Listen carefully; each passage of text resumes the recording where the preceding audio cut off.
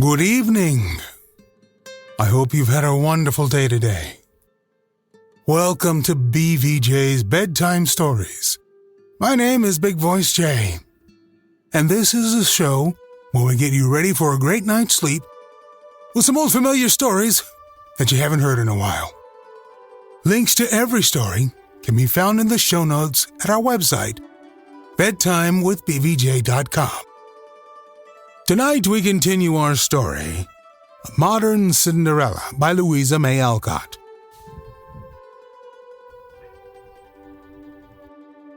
There will always be one countenance more beautiful to me than any pictured face I may discover. There will be one place more dear to me than Rome.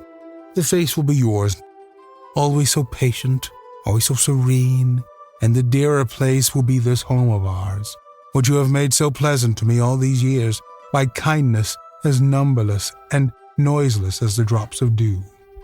Dear girls, what have I ever done that you should love me so? Cried Nan, with happy wonderment, as the tall heads, black and golden, bent to meet the lowly brown one, and her sister's mute lips answered her.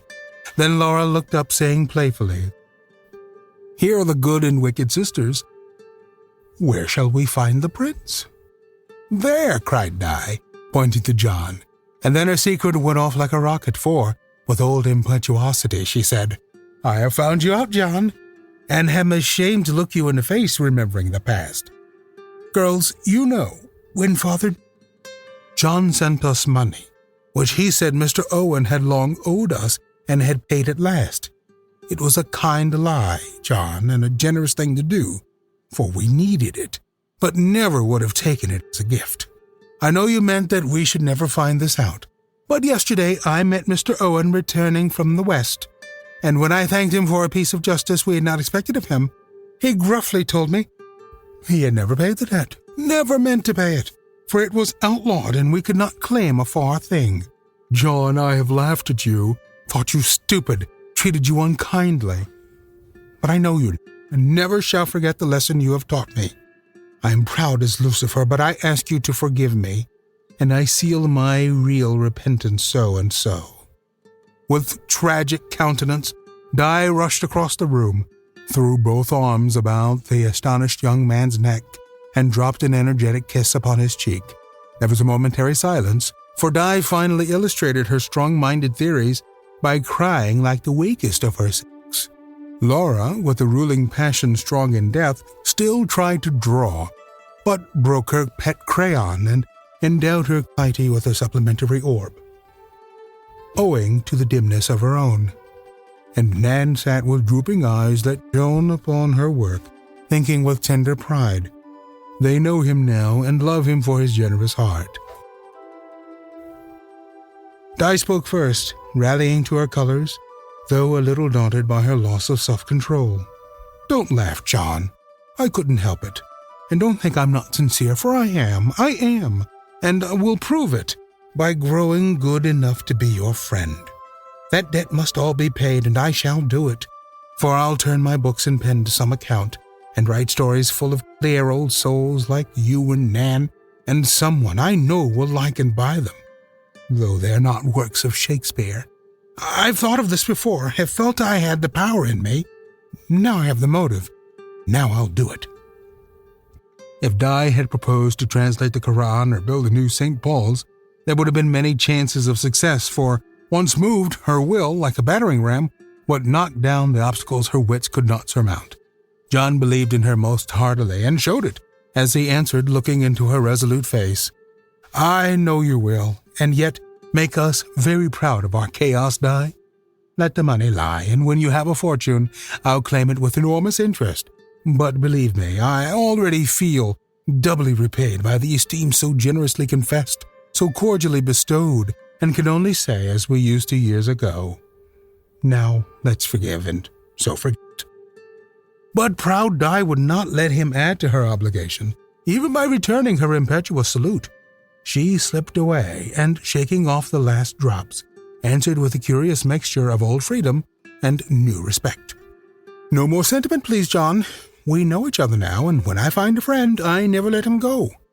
We have smoked the pipe of peace, so let us go back to our wigwams and bury the feud." Where were we when I lost? And what were we talking about? Cinderella and the prince. As she spoke, John's eye kindled, and turning, he looked down at Nan, who sat diligently ornamenting with microscopic stitches a great patch going on, the wrong side out. Yes, so we were.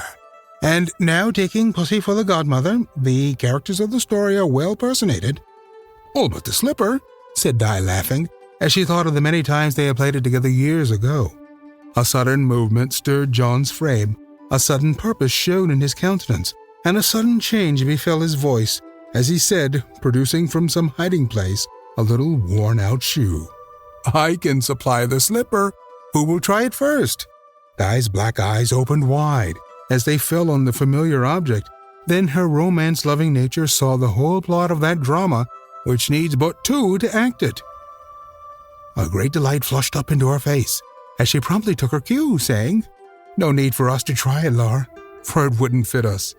If our feet were as small as baby dolls, our parts are played out. Therefore exude wicked sisters to the music of the wedding bells.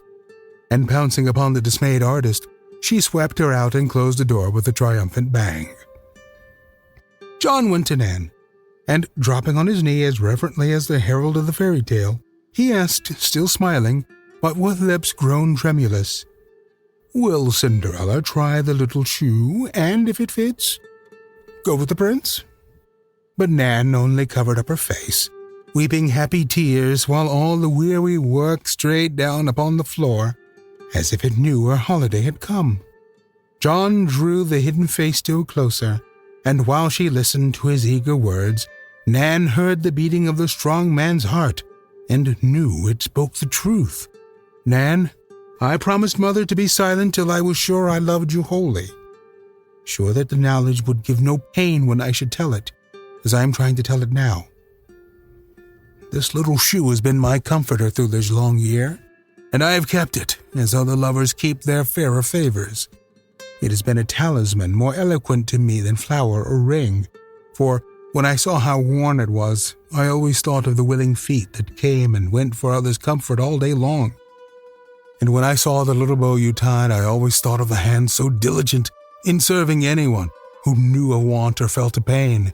And when I recalled the gentle creature who had worn it last, I always saw her patient, tender, and devout, and tried to grow more worthy of her, that I might one day dare to ask if she would walk beside me all my life and be my angel in the house.